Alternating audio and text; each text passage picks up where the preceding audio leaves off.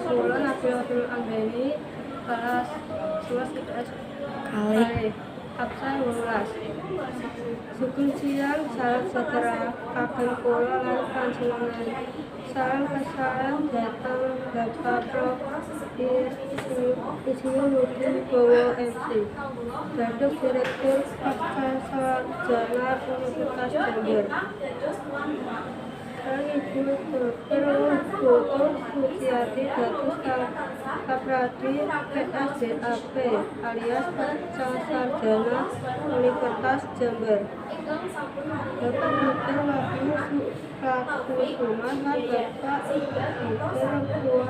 Fuad Muhammad dados narasumber asaha Bapak Ibu peserta seminar online ing engine kita menika ingkang bina.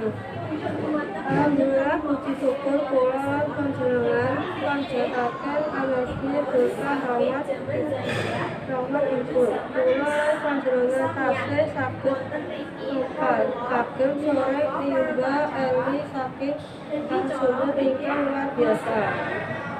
Seminar online kita menika ngusung tema sustainable development third interseksi sustainability literasi kuat sustainable food tourism.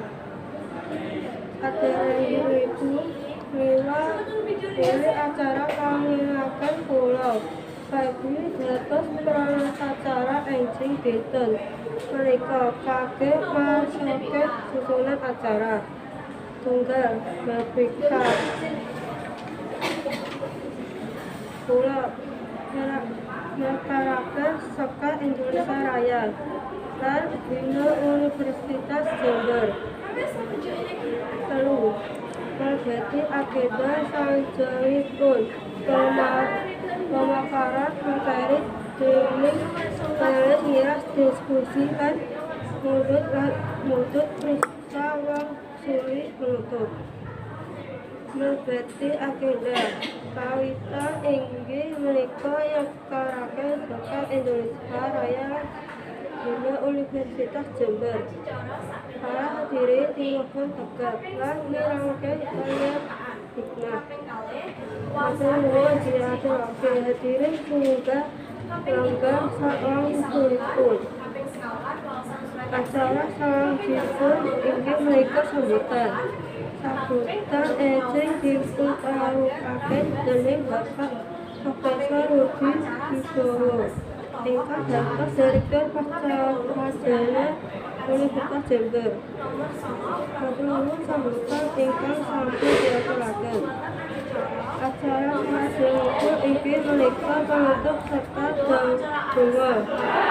Bapak Saderela Ahmad Habib disilakan. Matur nuwun pembacaan donganipun acara inti inggih menika pemaparan materi. Salajengipun mabeti acara inti inggih punika pamaparan materi dening panelis ngiras diskusi lan mudut Krista Wang Suli ingkang dipandu kaliyan Ibu Profesor Dr. Suciati ingkang dados moderator.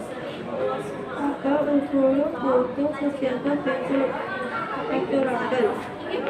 Matur nuwun inggih menika acara inti ingkang luar biasa. Mila kula lan panjenengan saged angsal kathah bekal kagem diaplikasikan kagem kasugengan kagiatan internet.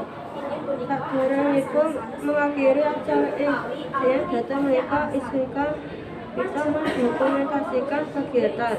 Dimohon datang Bapak Ibu kagem berbagai kamera zoom ing artikel link copy lalu ajeng menggunakan layar ingkang boten wekdal menika setunggal kali juga. Matur kata narasumber moderator sahabat para peserta ingkang sampun nyimak acara saking awal dumugi akhir.